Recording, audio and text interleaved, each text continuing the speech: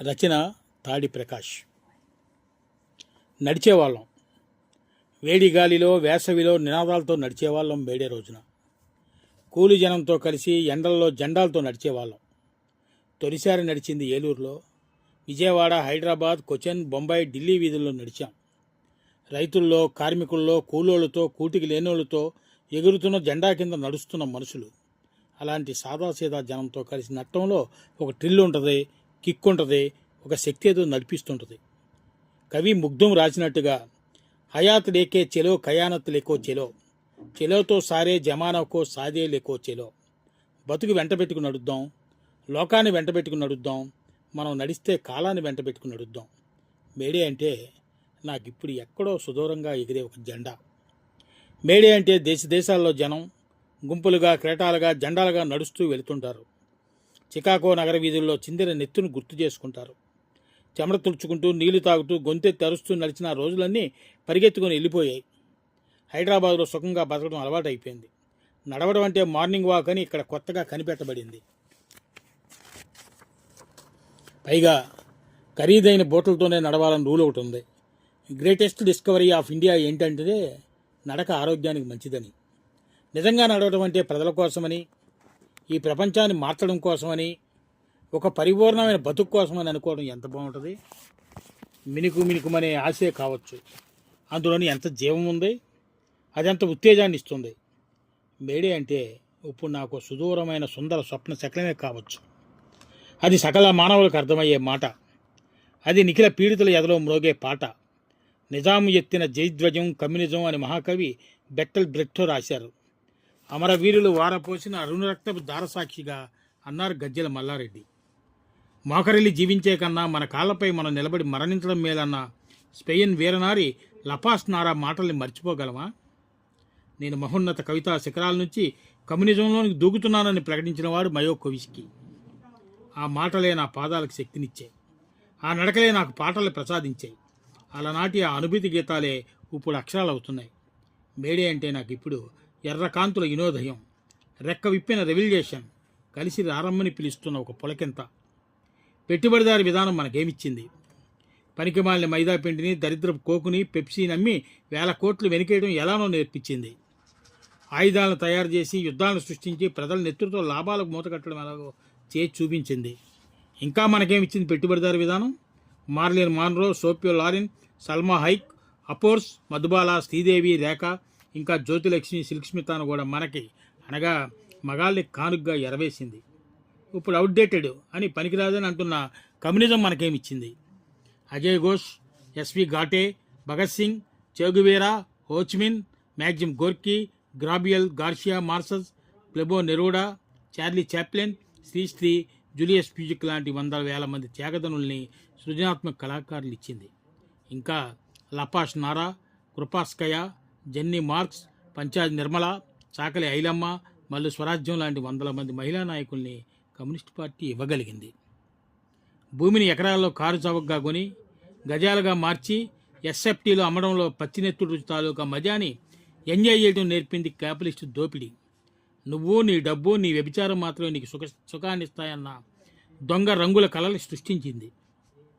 ఎదుటివాడి కష్టాన్ని, కన్యల్ని పట్టించుకోమని, వాడి ఆకలి తీర్చడానికి తప్పించమని, దుర్మార్గ సమాజాన్ని మార్చడం కోసం నెతృత్వంలో తడిపిన త్యాగాన్ని జెండాగా ఎగరేయాలని నేర్పింది పార్టీ.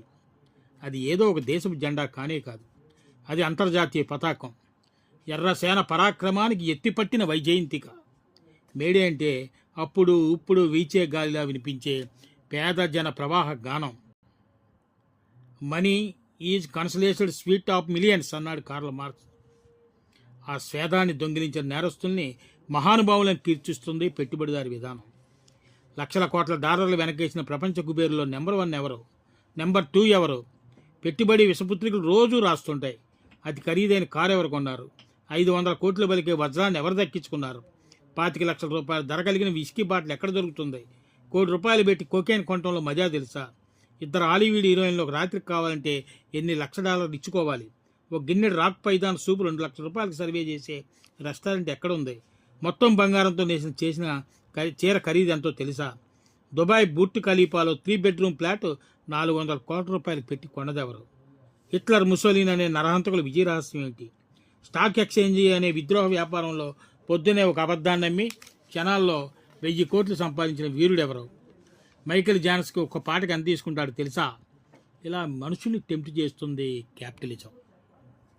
మనలందరినీ గిల్టీగా ఫీల్ అయ్యేలా చేస్తుంది. సౌందర్య రసాది దేవత లాంటి ఒక సినిమా హీరోయిన్తో పడుకోవడమే ఈ జీవిత పరమార్థం అని చాలా ఫ్రాంకుగా సూటిగా చెబుతుంది. మానవుడి నీచభిరుచుల్ని స్వర్గ సుఖాలుగా, అంత్య విజయాలుగా, జీవిత లక్ష్యాలుగా నిస్సిగ్గుగా కీర్తిస్తుంది క్యాపిటలిజం.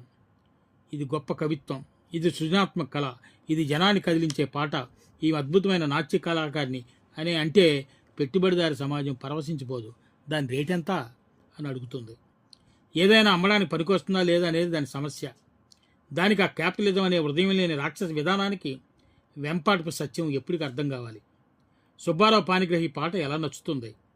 అరుంధతి రాయి వాక్యాల్లోని తిరుగుబాటును భరించగలదా? కయ్యూరు కామ్రేడ్ త్యాగాన్ని, సుందరయ్య సాగించిన తెలంగాణ సాయుధ పోరాటం వెనక ఆశయాన్ని అర్థం చేసుకోగలదా? ఫైజ్ అహ్మద్ ఫైజ్, ముగ్దుం మొహిద్దీన్, నజ్రుల్ ఇస్లాం, ప్లెబో నెరోడా, గోరేటి వెంకన్న, శ్రీరంగం శ్రీనివాసరావు, మయోకోవిస్కి లాంటి కవులు రాసిన ఒక్క కవితకో, ఒక పద్యానికో ఖరీదు కట్టగలదా?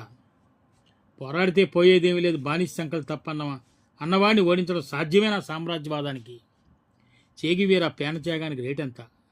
ఎన్ని కోట్ల రూపాయలు ఇస్తే నువ్వు పాల్ రబ్సన్ పాట పాడగలుగుతావు? ఒక లాంగ్ మార్చ్ అనేది మళ్ళీ సాధ్యమయ్యే పనేనా? అమెరికా అహంకారాన్ని వెదురు కర్రలతో, నాటు బాంబులతో కొట్టి చంపిన వియత్నాం యుద్ధాన్ని ఏ మార్కెట్లో ఎంత రేటుకి అమ్ముకోగలవు? వియత్నాం అమెరికా సైనికులు త్యాగాలంటూ సినిమా తీసి కోట్లు మాత్రం దండుకోగలవు.